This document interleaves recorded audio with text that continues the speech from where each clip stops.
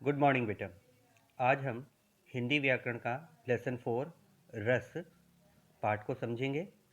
इस पाठ में हम रस का अर्थ, रस के परिभाषा जानेंगे। रस का शाब्दिक अर्थ है आनंद। काव्य को पढ़ने या सुनने में जिस आनंद की अनुभूति होती है उसे रस कहा जाता है। अर्थात जब हम कोई काव्य पढ़ते हैं अर्थात कविता पढ़ते हैं तो उस कविता को पढ़ने से या सुनने से हमें जो आनंद यानी खुशी की अनुभूति होती है उसको ही रस कहा जाता है। रस का संबंध क्षय धातु से माना गया है जिसका अर्थ है जो बहता है। क्षय का अर्थ क्या होता है? जो बहता है, अर्थात जो भाव रूप में हमारे हृदय में बहता है उसी को रस कहते हैं। रसों को काव्य की आत्मा या प्राण भी माना जाता है। रस उत्पत्ति को सबसे पहले परिभाषित करने का श्रेय भरत मुनि को जाता है। भरत मुनि हमारे संस्कृत के एक बहुत प्रकांड पंडित और आचार्य रहे, जिन्होंने रस की जो परिभाषा है वो दी है और वो सर्वमान्य है। उनकी एक रचना है नाट्यशास्त्र। तो उन्होंने नाट्यशास्त्र में 8 प्रकार के रसों का वर्णन किया है। कितने प्रकार के? 8 प्रकार के रसों का वर्णन किया है। वैसे रस 9 प्रकार के होते हैं, लेकिन भरत मुनि ने 8 प्रकार के रस माने हैं। भरत मुनि ने लिखा है विभावानुभाव व्यभिचारी, अर्थात विभाव, अनुभाव तथा संचारी भावों संयोगाद्रस निष्पत्ति, अर्थात रस की निष्पत्ति होती है। कहने का तात्पर्य, तो परिभाषा क्या हुई भरत मुनि की? भरत मुनि की रस की परिभाषा हुई कि विभाव, अनुभाव तथा संचारी भावों के संयोग से रस की निष्पत्ति होती है, अर्थात रस उत्पन्न होता है। अब हम रस के अवयव जानेंगे। रस के 4 अवयव यानी 4 अंग होते हैं। पहला स्थायी भाव, दूसरा विभाव, तीसरा अनुभाव, चौथा संचारी भाव। संचारी भावों को हम व्यभिचारी भाव भी कहते हैं। हम संचारी भावों को व्यभिचारी भाव इसलिए कहते हैं क्योंकि यह संचार करते हैं हर रसों में। ये किसी भी रस में आते हैं और चले जाते हैं। तो सबसे पहले हम आते हैं रस के पहले अंग पर, जो है स्थायी भाव। स्थायी भाव का मतलब है प्रधान भाव। प्रधान भाव वही हो सकता है जो रस की अवस्था तक पहुंचता है, अर्थात जो रस को गहराई से प्राप्त करता है वही स्थायी भाव होता है। साहित्य में वे मूल तत्व जो मनुष्य के मन में प्रायः सदा निहित रहते हैं और कुछ विशिष्ट अवसरों पर या कुछ विशिष्ट कारणों से स्पष्ट रूप से प्रकट होते हैं। काव्य या नाटक में एक स्थायी भाव शुरू से आखिरी तक होता है। ठीक है, तो स्थायी भाव सिंपल शब्दों में अगर मैं आप लोगों को बताऊं कि स्थायी भाव हमारे हृदय में सदैव रहते हैं। वो सुषुप्त अवस्था में रहते हैं, सोई हुई अवस्था में रहते हैं, लेकिन परिस्थितियों के अनुसार वह स्थायी भाव जागृत होते रहते हैं। क्लियर? जैसे स्थायी भावों की संख्या 9 हुई। कितनी है? 9 है, क्योंकि हमारे रस 9 हैं तो स्थायी भाव भी कितने हुए? 9 हुए। तो स्थायी भाव ही रस का आधार होते हैं। एक रस के मूल में एक स्थायी भाव रहता है, यानी एक रस और उसका एक स्थायी भाव, फिर दूसरा रस उसका स्थायी भाव, तीसरा रस उसका स्थायी भाव। अतएव स्थायी भावों की संख्या भी 9 हुई। जिन्हें नवरस कहा जाता है मूलतः नवरस ही माने जाते हैं। बाद के आचार्यों ने 2 और भावों वात्सल्य और भगवत विषय रति को स्थायी भाव की मान्यता दी है। इस प्रकार स्थायी भावों की संख्या 11 तक पहुंच जाती है और तदनुरूप रसों की संख्या भी 11 तक पहुंच जाती है। अर्थात कुछ विद्वानों का मानना रहा कि जो श्रृंगार रस होता है वो प्रेम का प्रतीक होता है, उसका स्थायी भाव होता है रति, और रति माने प्रेम। तो विद्वानों का मत था कि प्रत्येक प्रेम एक जैसा नहीं होता, स्त्री और पुरुष का प्रेम अलग होता है, और माँ, पिता और बेटे का प्रेम अलग होता है, और ईश्वर के प्रति प्रेम की भावना अलग होती है। तो इसी को ध्यान में रखते हुए श्रृंगार रस में से दो रसों का निर्माण और किया गया। एक वात्सल्य रस, जो माँ बेटे या माँ पिता के वात्सल्य को प्रकट करता है, उसका स्थायी भाव है बाल रति। और 11वां भक्ति रस, जिसका स्थायी भाव है ईश्वरीय रति। तो इस प्रकार रसों की संख्या 11 हुई। ये हैं, जैसे पहला श्रृंगार रस। श्रृंगार रस का स्थायी भाव होता है रति। दूसरा है हास्य रस, जिसका स्थायी भाव होता है हास। तीसरा है करुण रस, जिसका स्थायी भाव होता है शोक।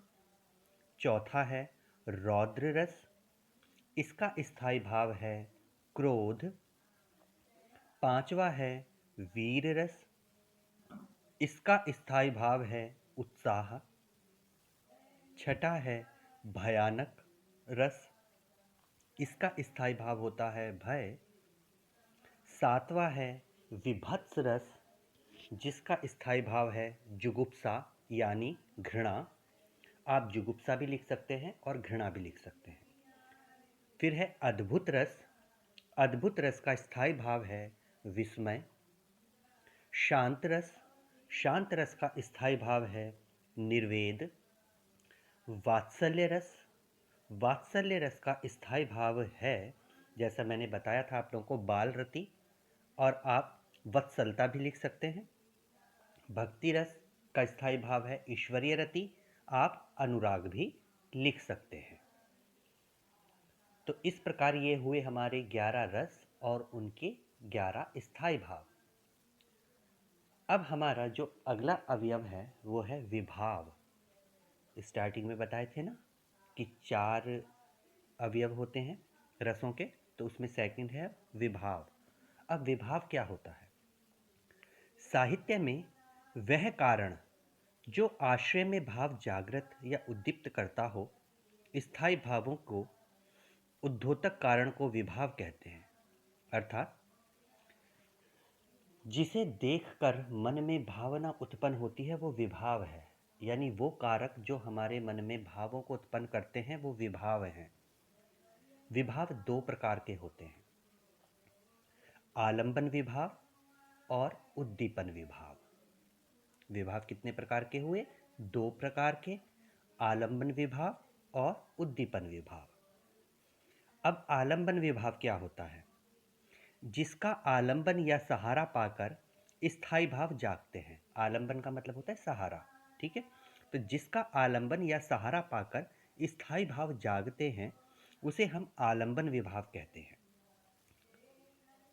अर्थात जैसा ऊपर बताया मैंने विभाव में कि जिसको देख करके मन में भाव जागते हैं वही आलंबन है। आलंबन विभाव के 2 पक्ष होते हैं। आलंबन विभाव के 2 पक्ष होते हैं। एक तो होता है आलंबन ही और दूसरा होता है आश्रय। इसे हम आश्रय आलंबन या विषयालंबन भी कह सकते हैं। तो मैं आपको सिंपल तरीके से बता रहा हूँ। तो आप याद रखिएगा कि आलंबन के 2 भाग होते हैं, एक आलंबन ही होता है और दूसरा आश्रय होता है। तो आलंबन क्या है? आलंबन है जिसे देखकर हमारे मन में स्थायी भाव जागते हैं, उसे हम क्या कहते हैं?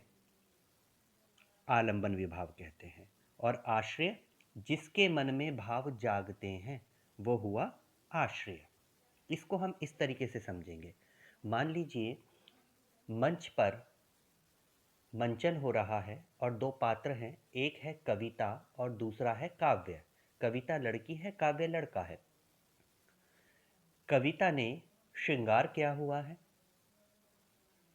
श्रृंगार किया हुआ है, बाल अपने उसने खोले हैं, अपनी लटों को उसने उलझाया हुआ है, उसने कानों में कुंडल पहने हैं, नाक में नथ पहनी है, हाथों में चूड़ियाँ पहनी हैं और दुपट्टा सिर पर रखा हुआ है। लहंगा पहना है, अर्थात उसने नक्षिक श्रृंगार किया हुआ है। नक्षिक यानी नखून से लेकर के और सिर तक श्रृंगार किया हुआ है। अब कविता को देखकर काव्य के मन में भाव उत्पन्न हुए।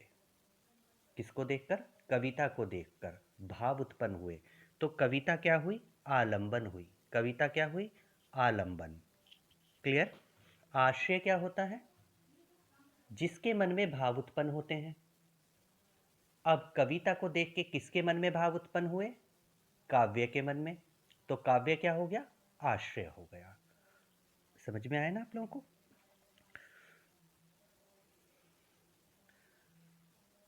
अब आते हैं हम अपने उद्दीपन विभाव पर कि उद्दीपन विभाव क्या होता है। जिन वस्तुओं या परिस्थितियों को देखकर स्थायी भाव उद्दीप्त होते हैं, अर्थात उछलकर बाहर निकलने का प्रयास करते हैं, वह उद्दीपन विभाव कहलाते हैं। क्लियर?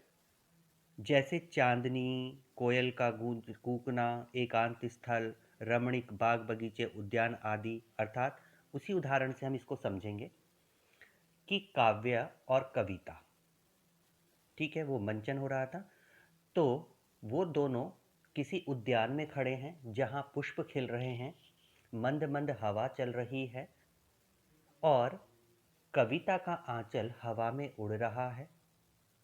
वो मुस्कुरा रही है, शर्मा रही है, लजा रही है। उसके कानों के कुंडल, उसकी नाक की नथनी, उसका पूरा श्रृंगार, ये सब उद्दीप्त कर रहा है काव्य को, प्रेम की भावना उत्पन्न करने के लिए। तो ये सारी चीज़ें, जो उसका पूरा श्रृंगार है और जो आसपास का वातावरण है, वो सब उद्दीपन विभाव हो गए। क्या हो गए? उद्दीपन विभाव हो गए। क्लियर? अब आते हैं हम अपने अगले उस पर, अनुभाव पर। जो तीसरा हमारा जो अव्यय है वो है अनुभाव। वे गुण या क्रियाएं जिनसे रस का बोध हो, मनोगत भाव को व्यक्त करने वाले शरीर विकार अनुभाव कहलाते हैं। अनुभावों की संख्या 8 मानी गई है। ठीक है? तो अनुभाव क्या हुए? अनुभाव होते हैं जो हम क्रिया करेंगे, यानी हमारी प्रतिक्रिया। अब जैसे कविता को देखकर काव्य क्या करेगा?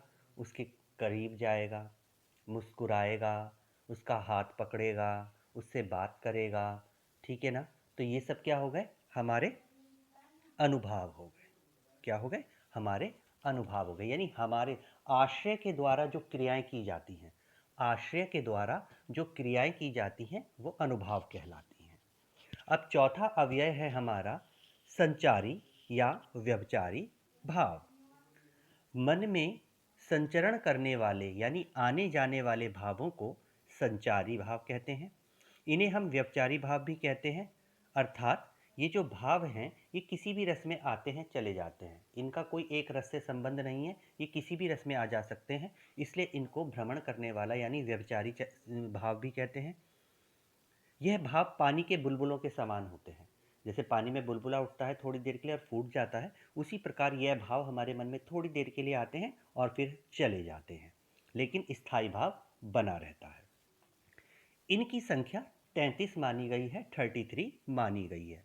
ये हैं हर्ष, विषाद, त्रास, लज्जा, ग्लानि, चिंता, शंका, असूया। असूया का अर्थ होता है दूसरे के उत्कर्ष के प्रति असहिष्णुता। अमर्ष, अमर्ष का अर्थ होता है विरोधी का अपकार करने की अक्षमता से उत्पन्न जो दुख होता है वो अमर्ष कहलाता है। यानी अगर हम अपने विरोधी को नहीं परास्त कर पा रहे हैं तो उससे जो हमें दुख हो रहा है वो अमर्ष है। 10वां है मोह, गर्व, उत्सुकता, उग्रता, चपलता, दीनता, जड़ता, आवेग, निर्वेद। निर्वेद का अर्थ होता है अपने को कोसना या धिक्कारना। घृति यानी इच्छाओं की पूर्ति, चित्त की चंचलता का अभाव। मति, विबोध, विबोध यानी चैतन्य लाभ। वितर्क, श्रम, आलस्य, निंद्रा, स्वप्न, स्मृति, मद, उन्माद, अवहित्था यानी हर्ष आदि भावों को छुपाना। अपस्मार, अपस्मार यानी मूर्छा, व्याधि यानी रोग, और 33वां है मरण। तो ये हमारे हैं संचारी भाव। क्या हैं ये हमारे संचारी भाव। तो आज हमने इस वीडियो में रस का अर्थ, रस की परिभाषा, रस के अवयव कितने होते हैं और उन अवयवों के बारे में जाना। अगली वीडियो में हम रसों के बारे में जानकारी प्राप्त करेंगे।